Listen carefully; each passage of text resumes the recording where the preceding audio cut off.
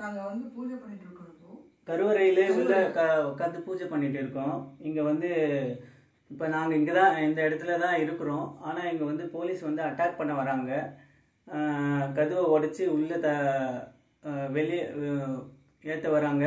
எங்களோட உயிரே போனாலே சரி, நாங்கள் இந்த பூஜையை நிறுத்த மாட்டோம். நாங்கள் தொடர்ந்து பூஜை பண்ணிகிட்டே தான் இருப்போம். பூஜை பண்ணிட்டு இருக்கோம். எங்களுடைய லைஃபே வந்து சன்னியாச லைஃப். எங்களுக்கு தேவை இந்த பூஜை தான், சுவாமி தான். நாங்கள் பூஜை பண்ணிட்டு இருக்கோம். போலீஸ் வந்து அட்டாக் பண்ணதுக்கு ரெடியாக இருக்காங்க. கதவை வெளிப்பக்கம் லாக் பண்ணிட்டு போயிருக்காங்க.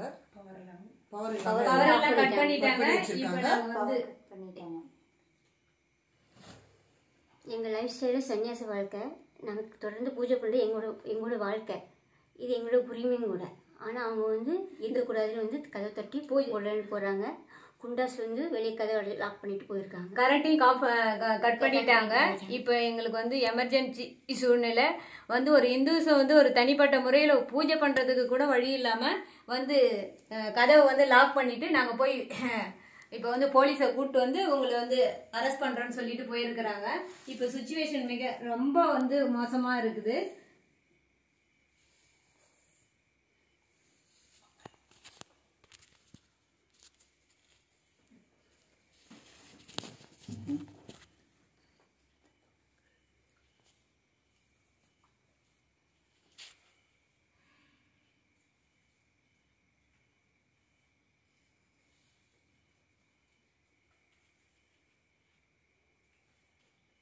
ஆக்சுவலி குண்டாஸ்லாம் வந்து எங்களை இது பண்ணனால தான் நாங்கள் ஓடி வந்து இங்கே இருக்கோம். ஃபுல்லாக உட்காந்து பூஜை பண்ணிட்டு இருந்தோம். எல்லா பூஜையும் ப்ரேயர் பண்ணிட்டு இருக்கும்போது நாங்கள் இப்போ ஃபுல்லாக கம்ப்ளீட்டாக உள்ளே வந்து நாங்கள் இப்போ கருவறையில் வந்து அடைக்கலம் ஆகிட்டோம். கருவறையில் வந்து அடைக்கலம் ஆகிருக்கிறோம். வீடுலேருந்து தான்